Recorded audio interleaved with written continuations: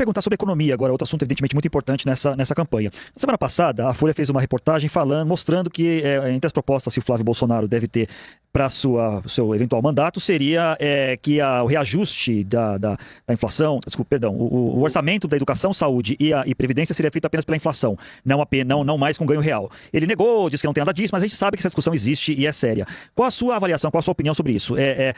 Os patamares, os pisos constitucionais de educação e saúde seriam revistos e reajustados de que maneira e de que tipo, qual seria também o reajuste da aposentadoria, se seria ligado ao salário mínimo como é hoje, por exemplo? O que o senhor propõe sobre isso? Eu adoro essa discussão. Essa discussão é uma delícia porque o senhor Flávio Bolsonaro gosta de se comparar ao Milei. Ele falou que vai fazer uma tesourada, aí quando ele é instado a falar uma proposta, ele não fala nenhuma. Ele foi recentemente num evento falar que não tinha proposta. Não vou falar porque eu vou perder minha popularidade falando isso. Pois bem, todo mundo sabe que se você quiser fazer uma política fiscal séria, você vai ter que começar a fazer ela pelo lado da despesa. Nós vamos precisar fazer pelo lado da despesa. Ponto. E a gente vai conseguir só resolver a curva que está estourando da dívida e depois resolver juros e até tributação, taxa, alíquota de impostos, se a gente fizer essa reforma fiscal. Ponto. Todo mundo que prometer que vai baixar imposto, como o Flávio fala, sem endereçar essas questões que você mencionou, Zanin, é estelionato eleitoral. Ele não vai fazer. Ele tá mentindo. Ou ele vai botar um ministro da Fazenda ali, um posto de piranga, e vai fugir do assunto durante a período da eleição. Eu não vou deixar ninguém fazer isso. Do Lula ao Flávio. Vai todo mundo ter que discutir essas questões, porque é importante para as pessoas. As pessoas precisam entender que o reajuste... Mas qual é a sua proposta? Não entendi. É claro. Tá. A nossa proposta, diferente dos demais, ela já tá protocolada. O deputado Kim Kataguiri, que é um deputado, já protocolou uma PEC, já tá em processo de coletar assinaturas. Então comigo não tem estelionato eleitoral. E a proposta é boa. O Brasil é um dos únicos, talvez o único país do mundo, que ele reajusta aposentadoria, BPC, que é um benefício específico aqui, pelo ganho real do salário mínimo. São coisas diferentes. Tem que reajustar a aposentadoria, como todos os países do mundo fazem, pela inflação. Se um presidente falar, agora eu vou dar um outro reajuste, vamos dizer, de 4 em 4 anos você reajusta a aposentadoria pra cima, legal, pode fazer. Mas esses gatilhos automáticos com o salário mínimo fazem o seguinte: você aumenta o salário mínimo de um lado, e aí o trabalhador, subiu o salário mínimo, subiu minha aposentadoria. Só que do outro lado subiu a inflação. E é por isso que nós já percebemos, e todo mundo já percebeu, que supostamente estamos em pleno emprego, mas as pessoas sentem que elas estão mais pobres. Por quê? O custo dessa operação fiscal doentia que o Brasil tem tá gerando isso. Então não adianta eu falar, fica tranquilo, eu vou reajustar tudo pelo salário mínimo. Aí eu tomo de você pela inflação e pelos juros. Não funciona. Não adianta a gente ficar enganando o eleitor. O Milei na Argentina, ele foi muito honesto. Eu vou fazer um monte de reforma, algumas pessoas vão falar que vai doer, mas o remédio é amargo. A solução... Ele é um modelo pro senhor, Milei? Nesse sentido, sim. Até porque ele comete esse sincericídio. O que eu não vou admitir é estelionato eleitoral.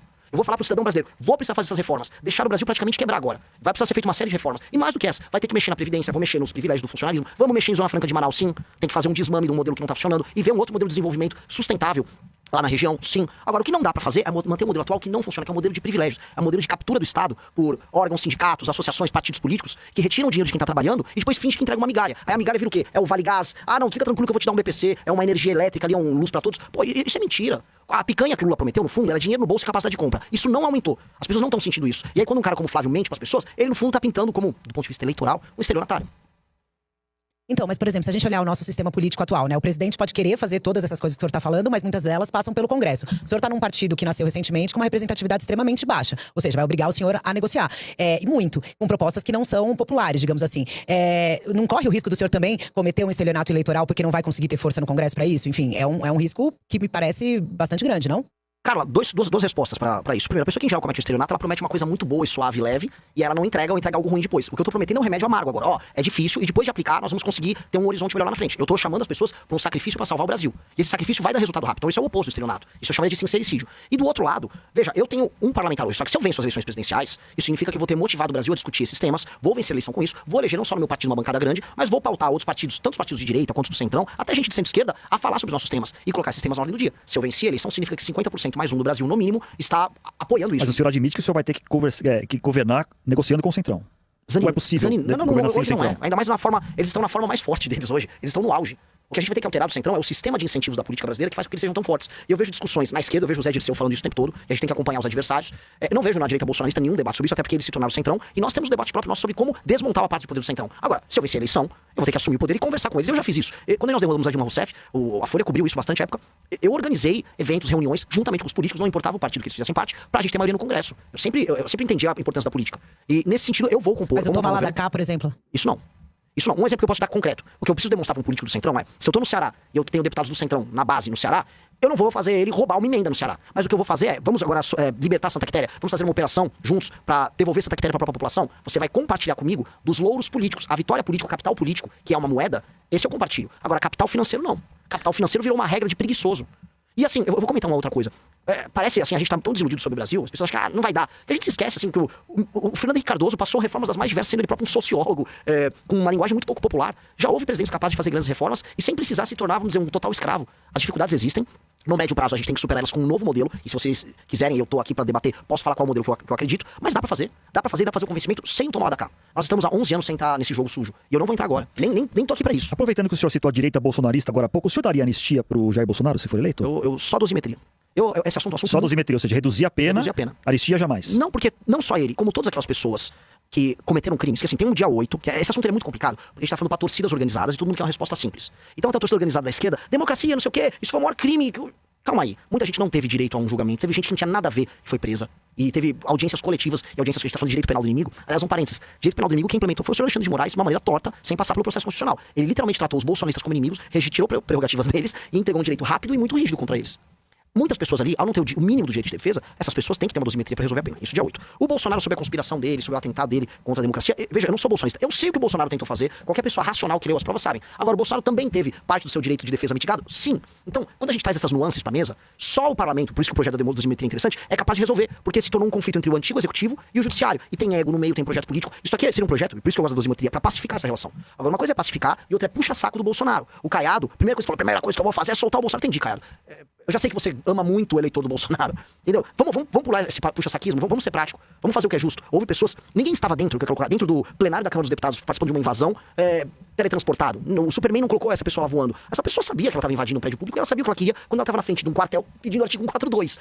Aquela pessoa invadiu aquele prédio público. O que eu falo pro bolsonarista é, se fosse alguém do MST, você ia pedir as penas mais duras pra aquela pessoa. E o MST já invadiu, tá? Prédio público em Brasília, já teve em 2017, né? Um fora Temer que eles depredaram também em Brasília. Ué, penas duras pra todos. A lei tem que ser objetiva nesse sentido. Sim. Candidato, uma questão que eu queria falar um pouco sobre as propostas para as mulheres, né? O senhor tem também aí algumas declarações polêmicas e a gente vive atualmente uma onda muito forte, inclusive há um documentário de um documentarista britânico por dentro da machosfera, né? Que fala um pouco desse mundo red pill aí. Eu queria saber quais são as suas propostas para as mulheres, e há nessas discussões, inclusive, quem chega a falar hoje ali nos Estados Unidos, em outros países já mais de direita, que as mulheres não deveriam nem ter direito a voto. Enfim, eu queria saber a sua opinião e suas propostas para as mulheres que hoje no Brasil representam a maior parte do eleitorado. De maneira objetiva, uma mulher se sente segura pra andar na rua? Não. Assim como a maior parte dos homens não sentem, mas isso afeta as mulheres de uma maneira diferente que os homens. Lei e ordem vai permitir que a mulher tenha o direito de ir e vir. Uma mulher se sente segura dentro de casa com cumprimento de penas ou com políticas velozes pra impedir que um marido violento agrida elas? Não, ela não se sente segura. A gente vê, mesmo com a instituição das delegacias da mulher, um direito muito lento nisso. Uma outra coisa, as mulheres se sentem, nesse caso nem segura, contempladas por uma política educacional que trata as escolas como depósito de criança enquanto ela trabalha? Não. Muitas dessas mulheres se ressentem dos maridos que não pagam suas pensões. A forma como a justiça busca esse pagador de pensão vence deficiente? Não. Quando eu falo especialmente das mulheres mais humildes, isso aqui é o que de fato aflige a vida delas. As mulheres estão no mercado de trabalho, as mulheres, elas têm suas crianças, elas têm seus desafios, têm suas vidas profissionais, e a gente também tem que permitir que elas executem, vamos dizer, seu exercício de cidadania da maneira mais simples e ampla possível. Hoje, o básico não é garantido para elas. A questão pra mim é, vou falar isso sempre em termos mais abertos. Isso não é garantido pra quase ninguém no Brasil. Eu podia fazer uma clivagem, sabe, o negro, ele tem seus direitos garantidos, qual é a sua política pro negro? No fundo, é a mesma pras mulheres. Esse projeto de lei que combate a misoginia foi aprovado no Senado, já está na Câmara. O senhor defende? O senhor aprova? Populismo puro e simples. O senhor é contra? Populismo puro e simples. Não é necessário ter uma medida legal para proteger, impedir que mulheres sejam vilipendiadas em redes, por exemplo? Se alguém cometer uma calúnia, uma injúria, uma difamação, hoje a legislação ela contempla as formas das pessoas defenderem. Agora, você cria espaços cinzentos para arbitrariedades, para discussões, por vezes, bizantinas. Eu vi uma discussão, nem sei se foi aqui no UOL, sobre, olha, uma mulher ser interrompida no ambiente de trabalho é qualificado como misoginia. Entendi, e aí isso vai ser equiparado à injúria racial? Pô, não, quer dizer, se eu interromper uma mulher numa reunião, eu vou estar cometendo algo similar a uma injúria racial? É óbvio que isso não é razoável. É óbvio que essas discussões são irrazoáveis, elas estão andando com agendas identitárias. E nesse sentido, eu acho que isso não é bom para as mulheres, para os homens, pra gente que quer construir família, não é bom pra ninguém. Os critérios têm que ser objetivos nesse sentido. E quando a gente vai abrindo o escopo, não, isso aqui é uma misoginia, eu tenho que descobrir, isso aqui agora é misoginia, se eu interromper uma mulher na discussão é misoginia ou não? Se eu interromper a Carla numa fala, eu vou ser preso ou não? Que isso? Então, assim, a diferença do remédio pro veneno é a dose. E a dose, em certas políticas identitárias, está passando muito do aceitável. E me assusta a direita bolsonarista, que acha que tudo é uma armadilha eleitoral e que, não, vou votar a favor.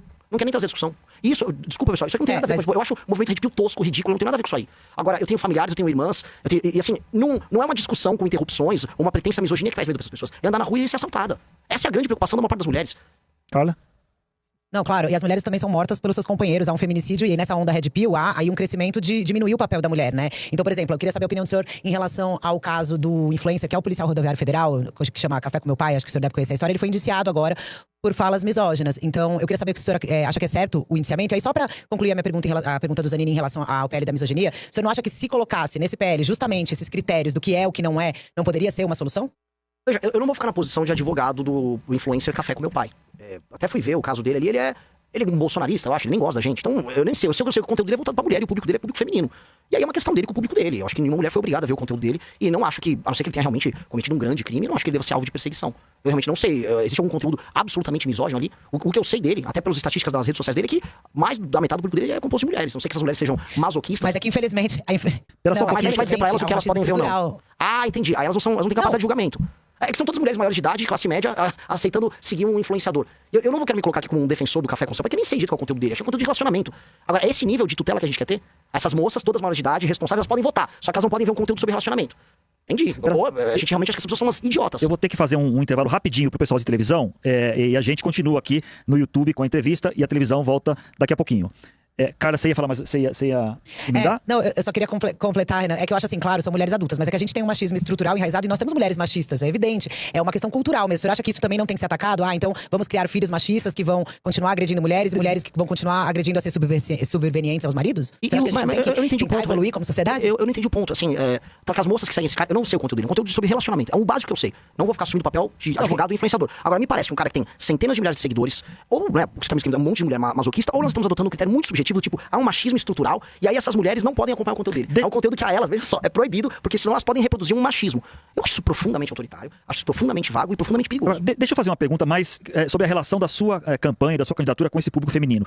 Claramente, o seu público prioritário nesse momento, o senhor já falou isso em algumas entrevistas, são jovens, ali, né, de 20 a 30, até 30 anos talvez, e majoritariamente homens. Essa certa dificuldade com o público feminino que o MBL tradicionalmente teve, que talvez o senhor tenha também na sua pré-candidatura, o senhor acha que tem alguma relação com alguns episódios aí pelos quais o senhor foi acusado no passado? Acho que o mais notório deles, embora não seja o senhor diretamente a pessoa que falou aquelas frases famosas, foi o Arthur Duval, vulgo Mamãe Falei, né, naquela célebre viagem à Ucrânia, frases que eu acho que não preciso nem repetir aqui, mas o fato é que o senhor estava na viagem também, o senhor estava do lado dele, não sei se o senhor ouviu ele falando essas frases, mas enfim, o senhor acha que tem alguma resistência, esse passado de algumas críticas a comportamentos com mulheres pode, de alguma maneira, influenciar nessa dificuldade que o senhor pode ter na campanha, e se o senhor aceita e admite que cometeu alguns exageros e alguns erros com esse público no passado? Não é que o fenômeno da direita em rede social, ele é bem especial. Todo fenômeno de vanguarda à direita, ele tem que ser mais jovem e mais masculino. Foi assim com o Bolsonaro, foi assim com o Trump, foi assim com o Milley. Pra dar 3 exemplos aqui. Todo fenômeno de esquerda, de vanguarda, jovem, ele costuma ser mais feminino, mais gay, com mais minorias. Isso na política contemporânea. O que acontece? Quando o MBL, ele tava mais inserido, inclusive, no conjunto geral da direita, bolsonarista, até, por exemplo, 2019, nosso público feminino e masculino era completamente equilibrado. Nós tínhamos uma participação de mulheres mais velhas bem maior. Mulheres mais novas nem tanto, porque elas estavam mais à esquerda. Isso no mundo todo, tem inúmeros estudos sobre isso. Quando nós rompemos com o universo do bolsonarismo, ali em 2019, aí nós ficamos apenas com o público mais jovem, que é um público de vanguarda, que vai ser mais masculino. Só rapidinho, nós voltamos com a televisão já, tá? O pré-candidato tá falando sobre eventuais dificuldades que a candidatura dele tem com o público feminino. Desculpa interromper o senhor, pode concluir, por favor. E isso é uma condição de um processo de crescimento. Quem começa como vanguarda, na direita, em geral, no mundo, é isso. E você não tem vários Artures Duval fazendo áudios nesses lugares. O caso do Milley é um caso específico, o caso do Bolsonaro é específico, o caso do Trump é específico, é o nosso caso também. O que está acontecendo agora? É a famosa regressão à média, no caso das mulheres. O número de seguidores nossos femininos vem aumentando bastante, e o nosso apelo junto a esse universo começa a subir. Várias lideranças nossas têm um público feminino igual ou maior do que o masculino. Isso é parte de um determinado processo. Mesma coisa eu posso falar, por exemplo, o processo que o Mandami passou em Nova York. Ele quase não tinha um eleitor masculino. Ele passou por um processo também de conquista ao longo do tempo. Isso é parte do jogo, isso é parte de um processo de novidade política. Eu volto a colocar, a gente vai pegar um público intelectualmente muito curioso, a gente vai pegar um público muito aberto a novas tendências, novas linguagens na internet. Mas só para fechar esse tema feminino, digamos assim, o fato do Arthur Duval continuar no MBL, no Missão, ser uma pessoa importante, da sua confiança, participar da sua campanha, pode de alguma maneira prejudicar o senhor junto ao eleitorado feminino, o senhor acha? Não sei, mas eu não vou abandonar um amigo se isso me prejudicar eleitoralmente, porque eu acho que ele é uma pessoa muito valorosa, ele errou, ele já se desculpou pelo erro dele, e ele foi caçado não por conta disso. Ele teria cargo no seu governo, por exemplo? Não sei se ele teria saco pra ser ministro, não acho que não é muita pegada dele, não. O Arthur, ele tá agora num processo de construção de lideranças, ele tá rodando o Brasil, ajudando a formar novos líderes. Não é uma discussão que a gente teve. Aliás, ampliando essa pergunta, com quem que o senhor governaria assim? O seu ministério seria o quê? Seria um ministério formado por quem? Por pessoas do Missão/MBL? Ou pessoas de outros partidos? Ou eventualmente técnicos? Como é que o senhor montaria a sua equipe? Essa é uma pergunta sensacional. Eu gosto muito disso, porque tem uma coisa legal nesse fenômeno que eu tô descrevendo, que assim, as melhores cabeças das novas gerações estão vindo pra gente. Então eu pude palestrar em Stanford, em Harvard, em Yale, para estudantes brasileiros. Todo mundo conhece o projeto, homens e mulheres ali, inclusive. A galera nas melhores faculdades do Brasil, mesmo numa cidade humilde, pobre, quando tem um jovem interessado em política, esse jovem gosta da gente. Então há muito material humano interessante nas melhores empresas, nas melhores faculdades, gente com startups, gente que trabalha com tecnologia, disposto a participar conosco, que enxerga a gente como um governo de disrupção e que vai participar, não só participando da parte de proposta do livro amarelo, mas participaria do governo. O que eu não vou fazer, assim, de iniciar, eu não vou querer chamar um medalhão para falar que eu sou validado por um medalhão. Até porque o medalhão hoje tá desatualizado do que a gente precisa fazer. Se eu chamar um medalhão para falar de SUS, eventualmente ele não vai entender o impacto que machine learning, inteligência artificial vai ter no SUS. A gente vai fazer a revolução no SUS. E a gente tem que trazer pessoas jovens para participar disso. E quando jovens, não só jovens de idade, jovens de cabeça. A gente vai entender assim, se você tiver prontuário único no SUS, se você tiver uma centralidade para você obter os dados sobre as pessoas, sobre as enfermidades, você vai poder gerir estoque, você vai poder ter uma capacidade preditiva sobre o avanço de determinadas doenças, que é sensacional. Eu não sei se um medalhão na área da saúde tá pronto para essa discussão, porque é uma discussão de vanguarda na China, discussão de vanguarda na Inglaterra. Eu, Salvador, falo muito do Bukele sobre a parte de segurança. Eu, Salvador, tá fazendo uma revolução nessa área. Eu vou querer saber quem são as pessoas para trabalhar comigo nisso. E essas pessoas já existem. Então, seria um governo que eu vou procurar talentos novos, e essas pessoas já existem, para ser bem claro, para participar de soluções novas para o Brasil. Agora, pré-candidato, em relação à proposta de meio ambiente, o senhor falou esses dias que eu estava assistindo também, criticando o STF, sobre uma interferência, né, na questão do licenciamento ambiental. Eu sei que o senhor está se diferenciando aí do ex-presidente Jair Bolsonaro, mas a gente teve, na época do governo dele, aquela reunião em que o então ministro do Meio Ambiente, Ricardo Salles, disse que era para aproveitar o momento para passar a boiada que nessa questão do licenciamento ambiental. O senhor falou que é uma questão também que, na sua visão, pelo que eu ouvi, atrapalha o desenvolvimento de obras. Mas e a questão do meio ambiente, mudanças climáticas, tudo isso que a gente está vivendo? Assim, pelo que eu sei, o senhor não é um terraplanista, né? O senhor acredita nas mudanças climáticas?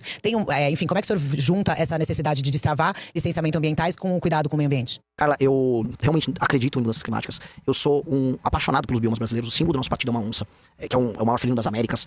Acho que faz parte da nossa identidade cultural, nossos biomas. Não existe Nordeste sem eu falar da região do Agreste. Não existe o Nordeste sem eu falar da Caatinga, sem eu falar do Sertão. Não existe a Paulistânia, na parte de Goiás, sem eu não falar do Cerrado. Eu sou um defensor do agro, sou defensor do avanço das fronteiras agrícolas, mas sou defensor do Código Florestal e de uma relação saudável entre o agro e a nossa parte, vamos dizer, dos nossos setores produtivos, o desenvolvimento de uma infraestrutura séria num país muito pobre sem infraestrutura, isso impacta o custo do Brasil, e a defesa desses biomas. Se a gente defender, basicamente, lei e ordem, a aplicação do nosso Código Florestal, que é o mais avançado do mundo, e das grandes nações, de longe é o mais avançado, falar em mata ciliar, com a sofisticação que a gente fala nessa parte ambiental, a gente não vê em nenhum outro lugar. Você vai visitar mata ciliar, tá nos rios que cruzam a França, tem nada. Eles estão cobrando da gente as coisas mais absurdas do mundo, nesses acordos internacionais, e eles não fazem o básico. Recuperações de áreas de conservação, a gente tem uma política que, se bem implementada, vai funcionar super bem. O que não pode acontecer é a defesa do meio ambiente ser utilizada como um mecanismo de lobby internacional para sabotagem do Brasil como um player comercial internacional.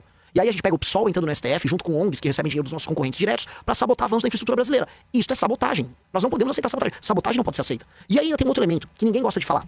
A esquerda gosta de comprar a agenda ambiental. Não, nós somos ambientalistas. A maior parte dos crimes ambientais acontece nas cidades. E o principal deles é a ausência de saneamento básico. E quando a gente fala em investimento em saneamento básico, em cobrança aos prefeitos sobre isso, todo mundo fecha o bico. Ninguém tá falando, por exemplo, a calamidade de saneamento básico que existe nas cidades pequenas ao redor do Brasil.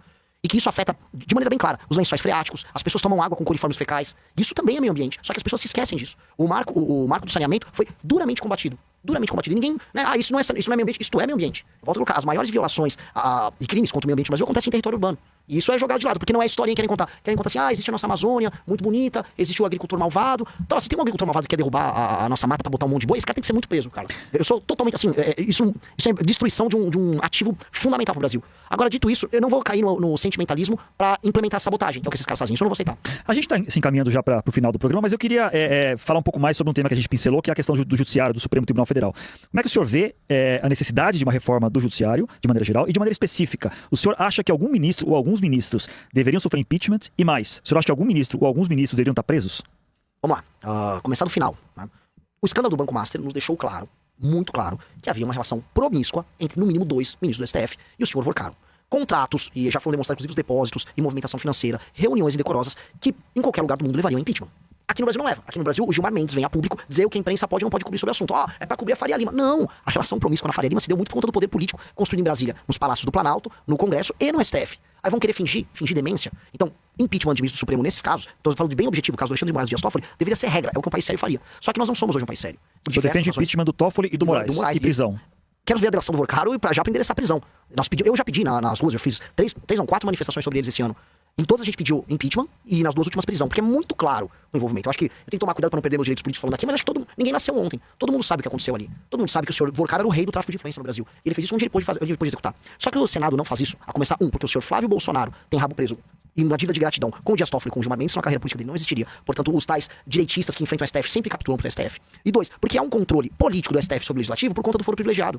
Se o STF julga as ações de quem julga eles, você fica numa disputa. E o parlamento sempre sai perdendo, porque também não é composto das pessoas mais incríveis e morais do mundo, né? Eu não imagino o Alcolumbre e o Renan Calheiros se reunindo pra moralizar o STF. Eles querem se reunir pra fazer negócios com o STF. Essa é a natureza dessas pessoas. Então tem que chegar um presidente da República que não tem rabo preso, que era o que imaginavam que o Bolsonaro ia fazer.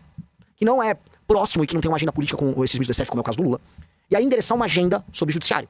Não só na parte dos privilégios, penduricários, que não estão no topo do judiciário, mas sobre o STF, sobre decisões monocráticas que já passou e o Bolsonaro vetou, sobre o período, que eles sentam em cima dos processos lá quando eles pedem vistas, sobre escritórios de advocacia, sobre período de mandato, sobre o foro especial, o foro privilegiado não ser tocado pelo STF, mas sim por desembargadores selecionados que têm mandato de 2 anos e não julgam parlamentares dos seus próprios estados. Medidas óbvias, naturais, e que transformem a Corte Constitucional numa Corte Constitucional, e não numa última instância. Na Europa, a maior parte dos tribunais são cortes constitucionais, elas tratam de temas abstratos. Aqui no Brasil, a gente trata de tudo. Só, cara, só vou te passar para o segundo. 8 mil ações no Brasil no STF. Nos Estados Unidos, 50. Carla, quer fazer a última? Nós estamos terminando. É a última rapidinho. O senhor falou aí sobre tempo de mandato. Qual que seria a sua proposta em relação a isso? E em relação a ampliar a Suprema Corte, o senhor também acha que tem que ter um número maior de ministros? A ampliação é uma parte de uma estratégia muito brasileira da gambiarra. É puxadinho pra gente conseguir compensar maiorias. Eu acho que a gente tem que pular a etapa do puxadinho. A gente tem que reformar pra ter uma boa corte constitucional. O Brasil forma muito advogado no Brasil. Existem grandes faculdades, existem grandes juristas no Brasil. Nós temos condições de ter bons ministros do STF, com mandatos, cumprindo apenas sua missão de defesa da Constituição brasileira. Ponto. Discussão de temas abstratos. Hoje eles discutem temas concretos. E hoje eles ainda ficam tentados de discutir esses temas concretos com o advogado do seu parente. Aí vira marmelada. Então, esses puxadinhos eu acho que não vale a pena. É como se a gente pegasse um problema e resolvesse com outro. Tá certo. Qual o tempo ideal de mandato? Desculpa. Podemos discutir 10 anos, é um tempo bacana. E não vejo problema nenhum em...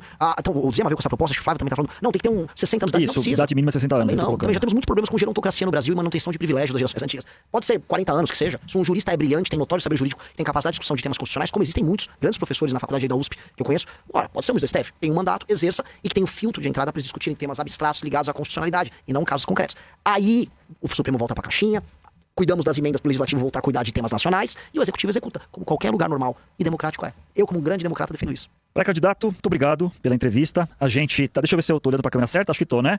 Sobrevivi à minha primeira experiência como âncora, apresentador, espero tenha sido satisfatório. Agradeço ao pré-candidato Renan Santos pela conversa. Carla, obrigado, viu, pela parceria aí em Brasília. Obrigada a vocês. Vamos continuar acompanhando, né? Uma eleição, como eu disse na introdução aqui, que apenas está começando, vai ser muito agitada, muitos candidatos novos surgindo, temos meses pela frente muito intensos, uma eleição que vai ser certamente muito apertada. Vamos continuar acompanhando a sua campanha, assim que ela começar oficialmente, mas de pronto eu agradeço pela entrevista e nos falamos. Obrigado, Zanini, obrigado, Carla, obrigado a todos que nos assistiram. Foi muito bem na sua primeira condução, me colocou contra a parede, é isso que tem que fazer mesmo. Espero que isso aconteça. Assim como o senhor está aprendendo a ser presidente de partido, né? É, eu tô aprendendo. eu também preciso só ter o seu cabelo branco pra ficar mais, né? Você vai chegar lá. Tá, chegarei. Tá bom, obrigado, gente. Segunda